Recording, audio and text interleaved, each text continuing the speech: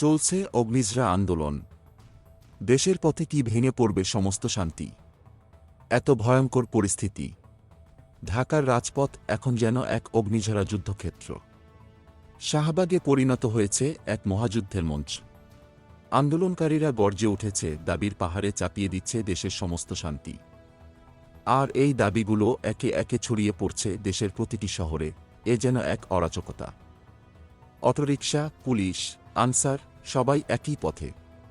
কেউ বসে আছে তাদের যৌক্তিক দাবির সাথে, কেউ অযৌক্তিক দাবি নিয়ে। রাজপথে বিশৃঙ্খলা চরমে। যোগাযোগ ব্যবস্থা এমন ভেঙে পড়েছে যে মানুষের চলাচল এখন মিশন অপ্রত্যাশিত। তবুও আন্দোলনকারীরা থামছে না, তারা একে অপরকে প্রতিযোগিতায় ছাড়িয়ে যেতে চায়। এমন এক পরিস্থিতি যখন ঢাকায় তৈরি হচ্ছিল একটুকু স্বস্তির হাওয়া, তখনই নতুন দাবির ঝড়। তিতুমীর কলেজের শিক্ষার্থীরা আবার রাস্তায়। এইবার তাদের দাবি, তিতুমীর কলেজকে বিশ্ববিদ্যালয়ে রূপান্তর করতে হবে। কিন্তু প্রশ্ন হচ্ছে, এটা কি আদৌ বাস্তবসম্মত? এদিকে গাজীপুরের ডিজিটাল ইউনিভার্সিটির শিক্ষার্থীরা রাস্তায় নেমে দাবি করছেন তাদের বিশ্ববিদ্যালয়ের নাম পরিবর্তন করতে হবে।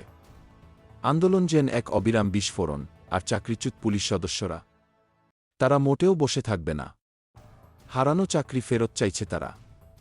সচিবালয়ের সামনে রাস্তায় অবরোধ করে দাবি তুলছে তারা।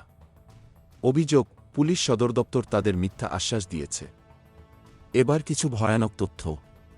গত এক বছরে অন্তর্বর্তী সরকারের উপর চাপ এসে পড়েছে, আর বলা হচ্ছে 2024 সালেও আরও 183টি আন্দোলন সামলাতে হবে। এটা কি আসলেই সম্ভব? আন্দোলনের দাবিগুলো যেন সীমা ছাড়িয়ে যাচ্ছে। দেশের সাধারণ মানুষ কখনোই জানবে না তাদের সামনে কোনো নতুন দাবির ঝড় আসছে। লাইক, কমেন্ট, শেয়ার ও সাবস্ক্রাইব করে পাশে থাকবেন। ধন্যবাদ।